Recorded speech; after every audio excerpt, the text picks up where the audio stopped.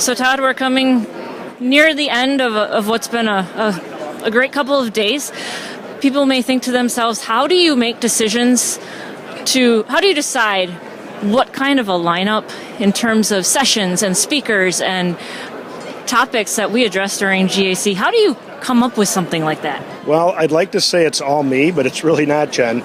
We have a GAC advisory group that we meet with on a regular basis, and they help us identify not so much who the speakers are, but the topics or the trends that are important to them.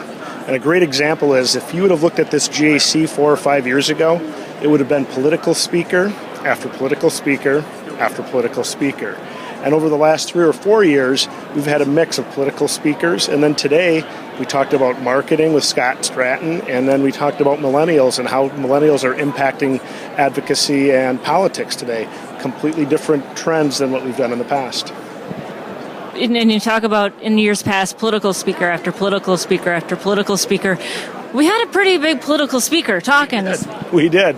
Yeah, President Bush, or as we referred to him internally, 43.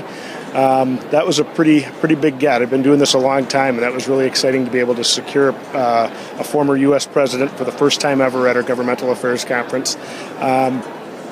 We had talked about trying to do this for a couple of years. Ever since Jim came on board and served on his cabinet, we thought, we've got a connection here. Maybe we can leverage that. And it finally came to fruition. So it was really exciting. One of the kind of funny sidelights to that is when we got the news that he accepted our invitation, and we were all euphoric and we were high-fiving around the office. And then about a week later, we got all the security protocol for having a former U.S. president.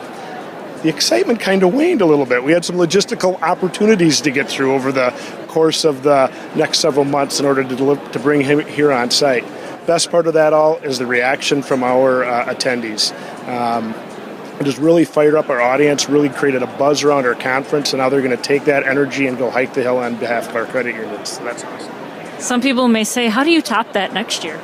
Yeah, I've had that question too. I'm still trying to get through this year yet, but we have some ideas, and I'm sure our advisory group will give us some ideas and some input on that.